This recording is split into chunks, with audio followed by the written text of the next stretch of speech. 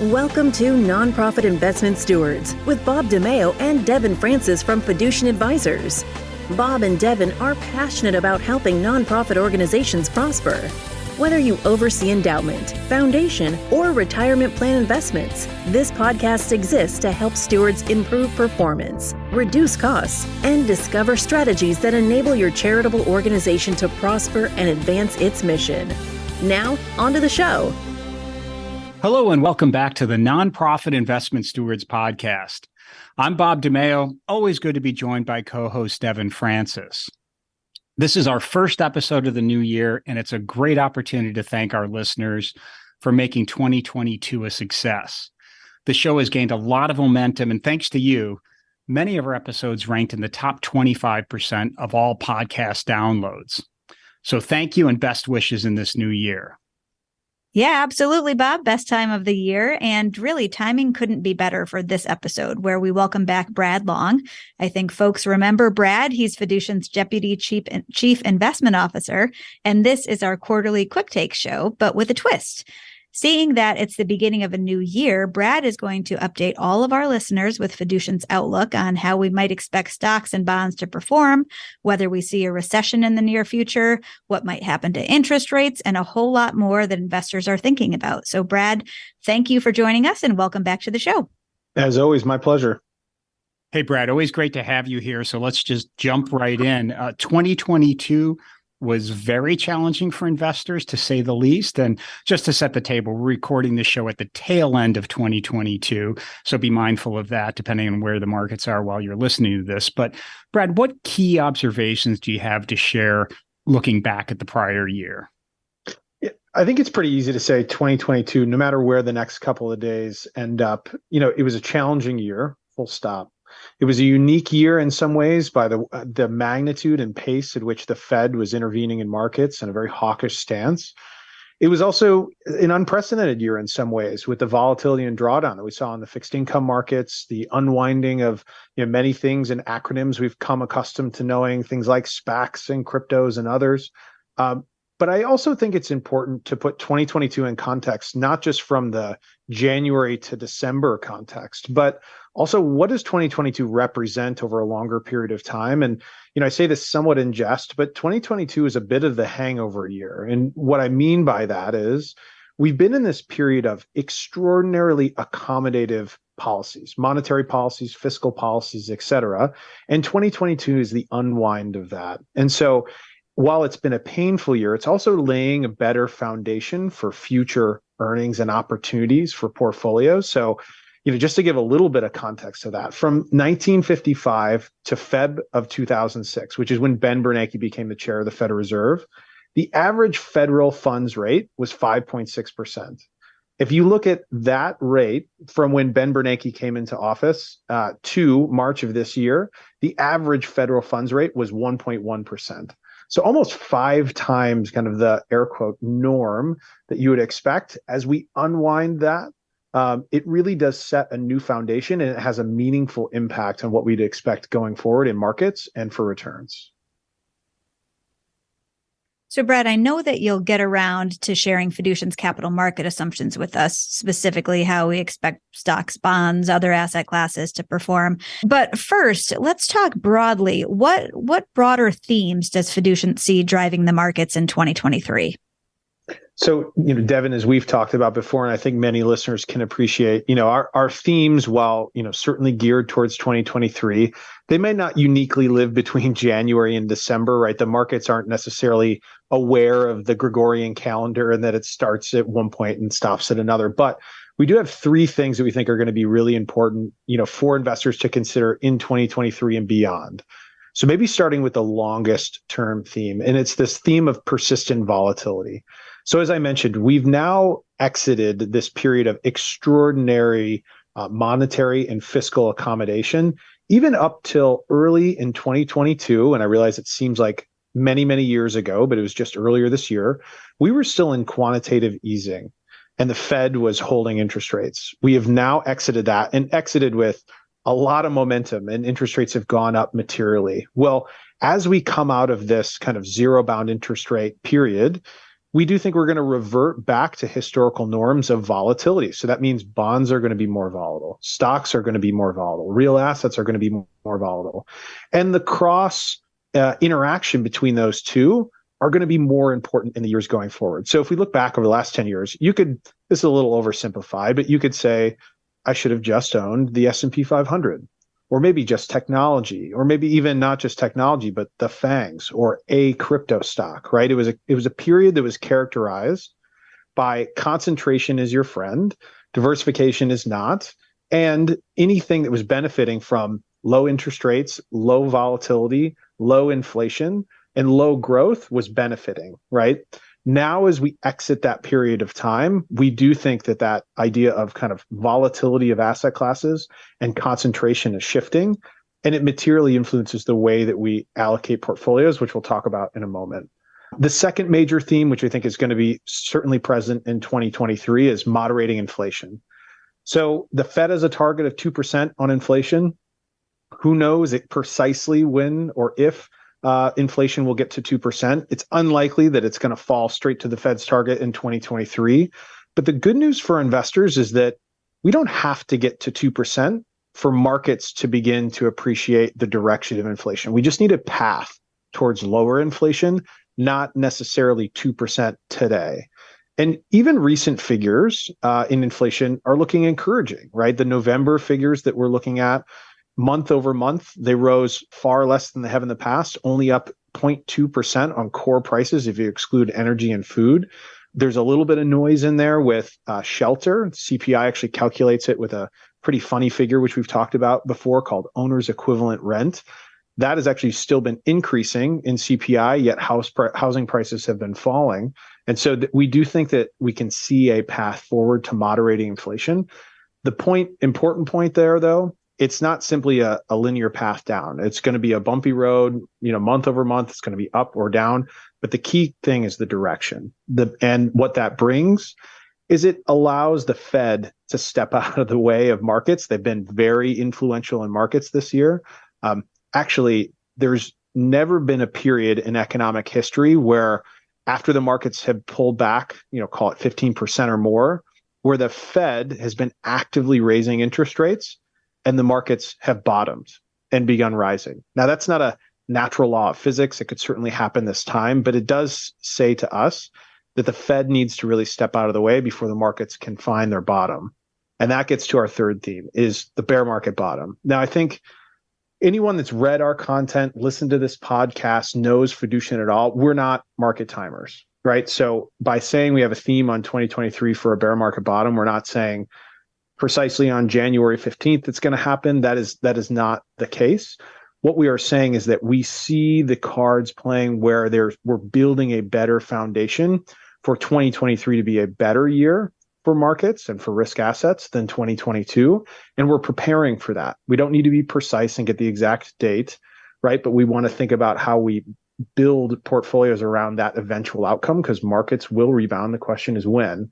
And we're starting to see the tea leaves for that and building around it. So those are the three things we think are really going to drive in 2023. And I know you've shared with listeners before, Brad, I think on this podcast, certainly in some of your other collateral, that when the market does rebound, a good portion of that forward 12-month return comes within that first month. So I think it's 35% of that first year's rebound return happens in the first month. So if you're not invested at that time, you miss out on a big portion of the upswing. Exactly right. There's a high cost to trying to time markets and being wrong.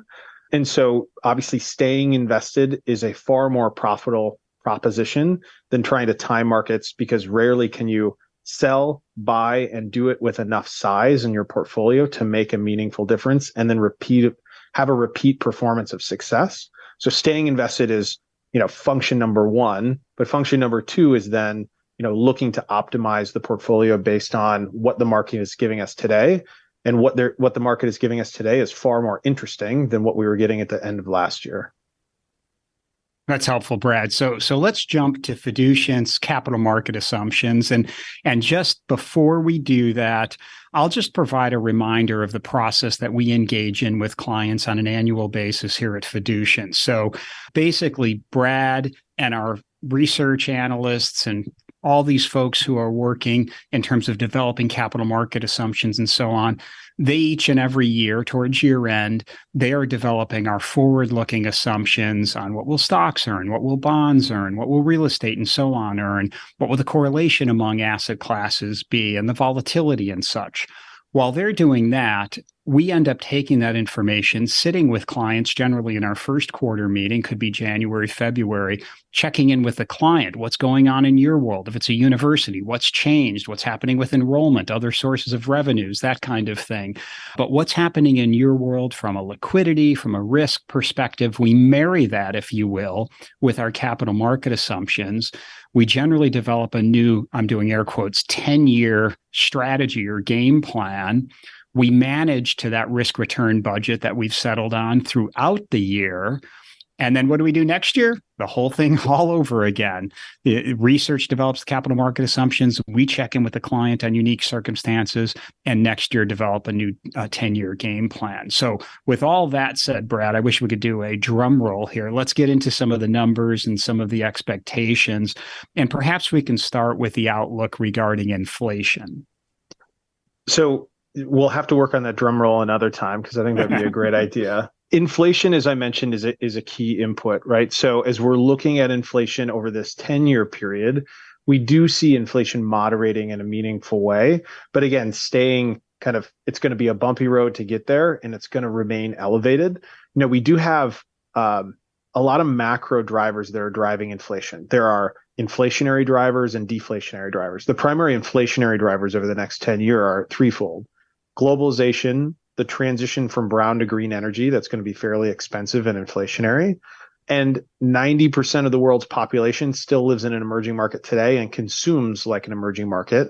As those consumers either move into the middle class or start to consume like developed country consumers, that will be inflationary for both goods and services. So on a long-term level, those are all inflationary impacts.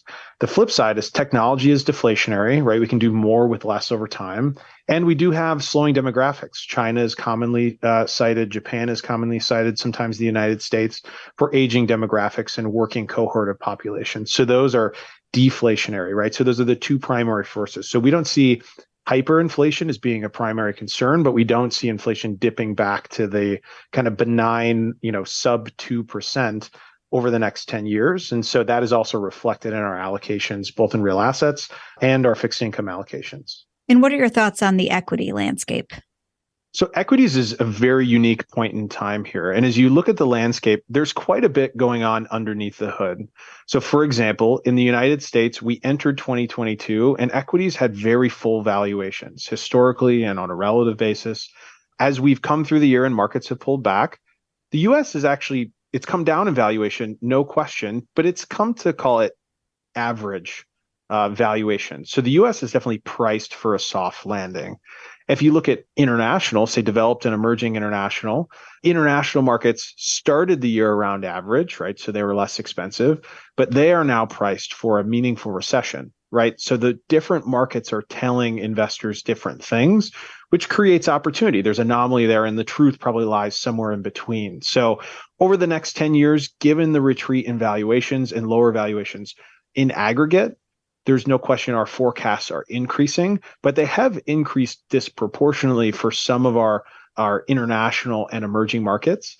Now, that being said, there are perhaps elevated risks associated with those markets today, whether that be the expansion of a ground war in Europe for the first time since World War II, whether that be new policies coming out of Asia, primarily China, whether that's kind of Taiwan or Xi's third term or COVID zero. So there are a number of things that are taking hold, right? So as we're building our equity allocations, we're aware of opportunities, we're aware of forward valuations, but we're also aware of these exogenous risks. So when we think about the net change year over year, our forecasts are higher, But as I mentioned, it looks like you would want to dive headfirst into a lot of international markets. We're actually using a lot more humility in those markets and holding our position today. Now that's an overweight. We like those assets. We want to maintain exposure to those assets, but we're doing it in a risk adjusted way and being cognizant of some of these other exogenous factors.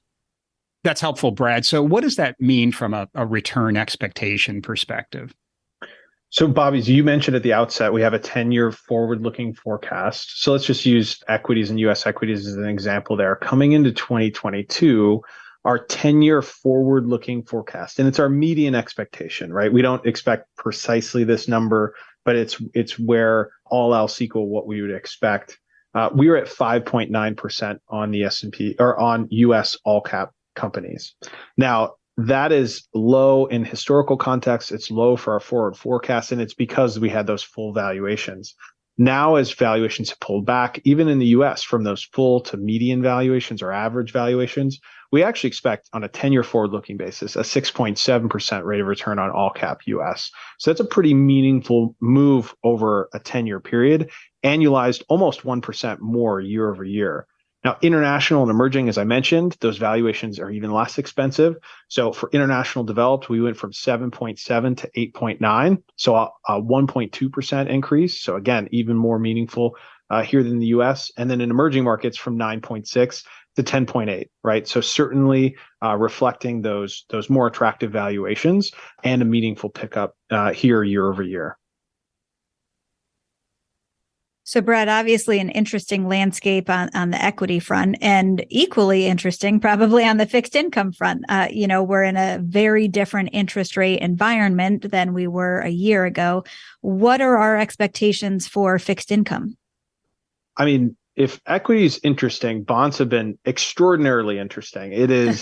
It's been an incredible change year over year. So if we rewind the clock to the beginning of 2022, fixed income globally was fairly unattractive. We had negative interest rates at many parts around the world. Our 10-year forward-looking forecast on U.S. bonds was 1.7%. Even with a modest rate of inflation, that's pretty much a negative real return, which led to some of our year-over-year allocation shifts. We wrote a research paper in the beginning of the year called Fixed Income Complacency, Navigating Today's Fixed Income Market.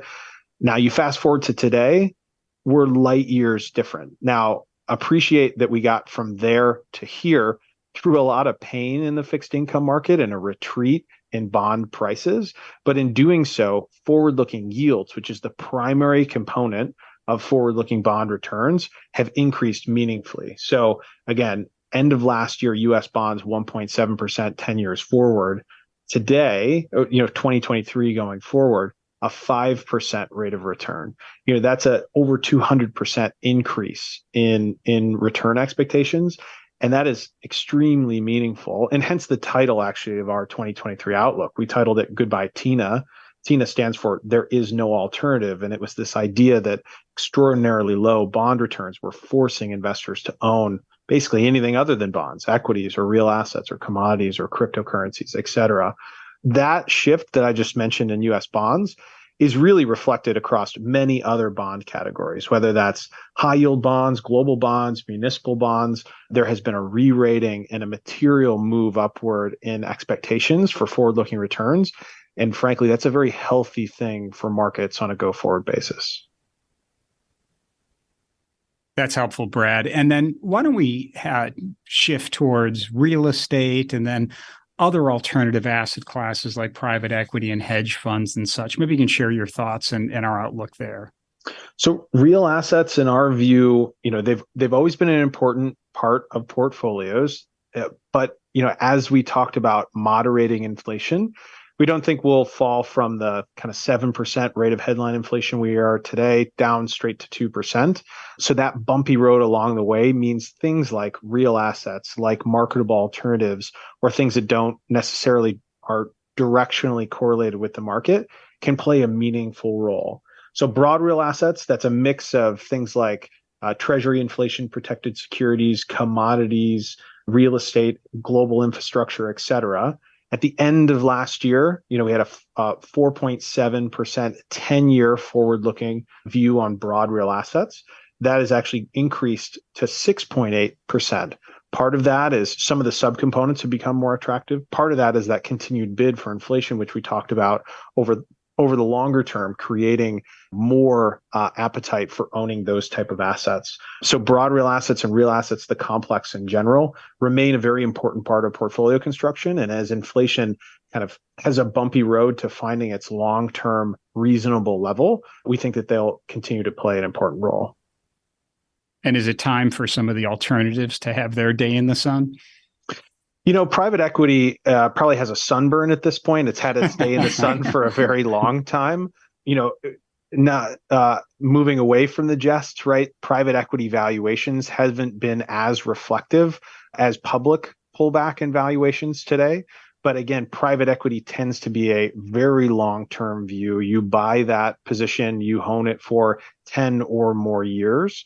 So you're less beholden to, today or tomorrow entry multiple. That tends to be a far more secular view. And so, yes, private equity, our outlook on private equity has increased as generally asset prices have fallen, because all else equal, if you buy something for less, you have an opportunity to sell it for more, and that's better for return.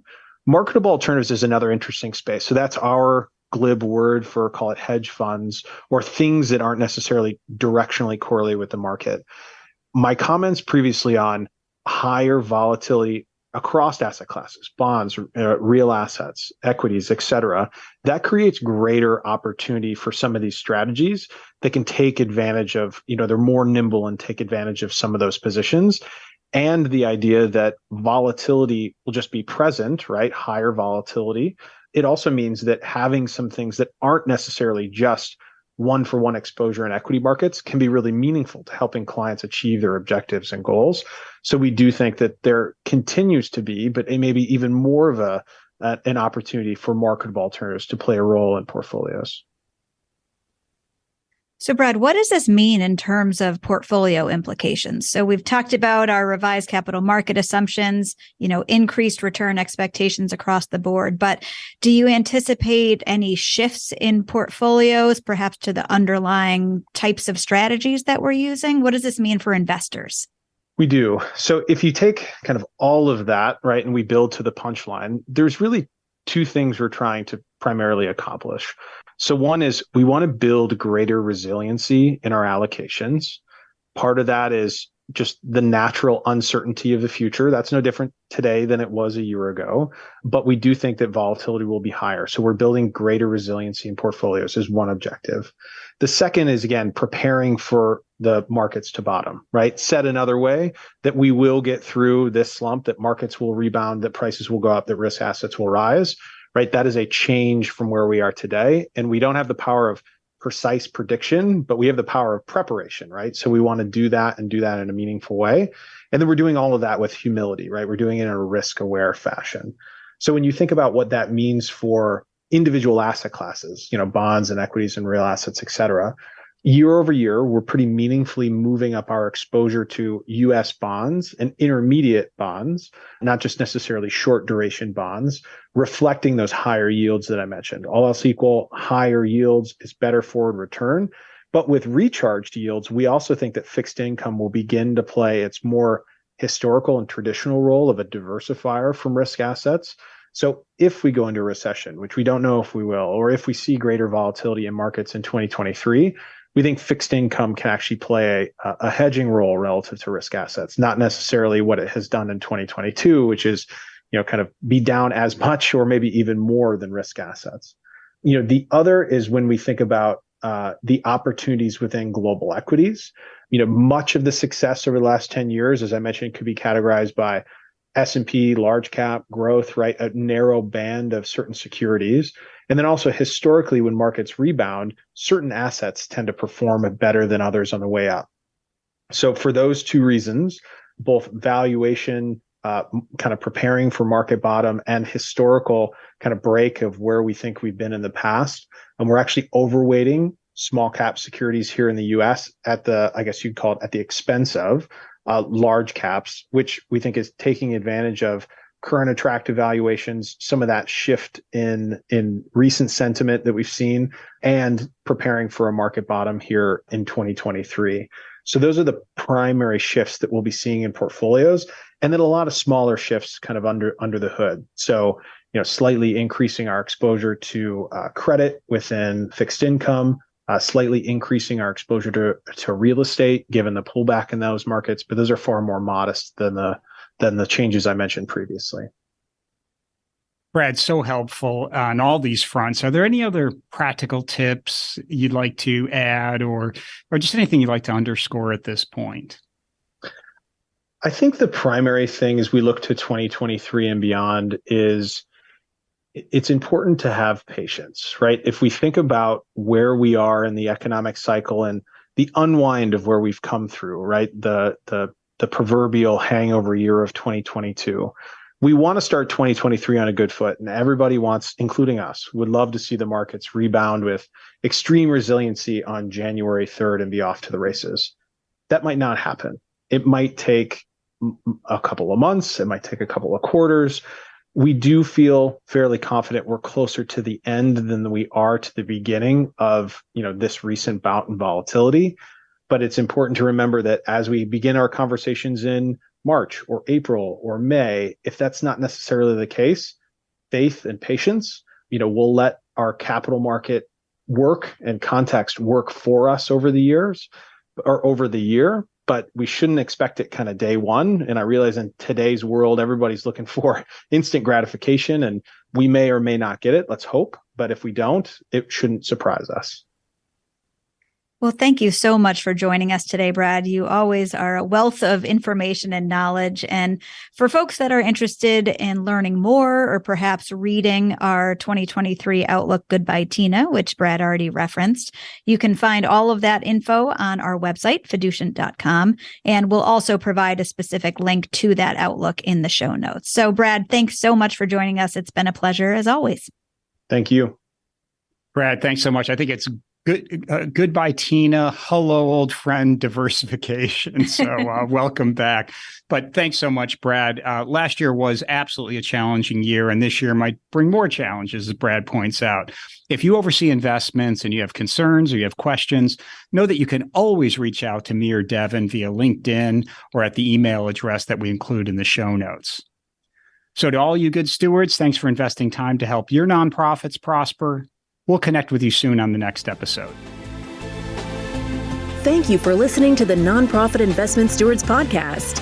Click the subscribe button below to be notified of new episodes and visit fiducientadvisors.com for more information. The information covered and posted represents the views and opinions of the guest and does not necessarily represent the views or opinions of Fiducient Advisors. Content is made available for informational and educational purposes only and does not represent a specific recommendation. Always seek the advice of qualified professionals familiar with your unique circumstances.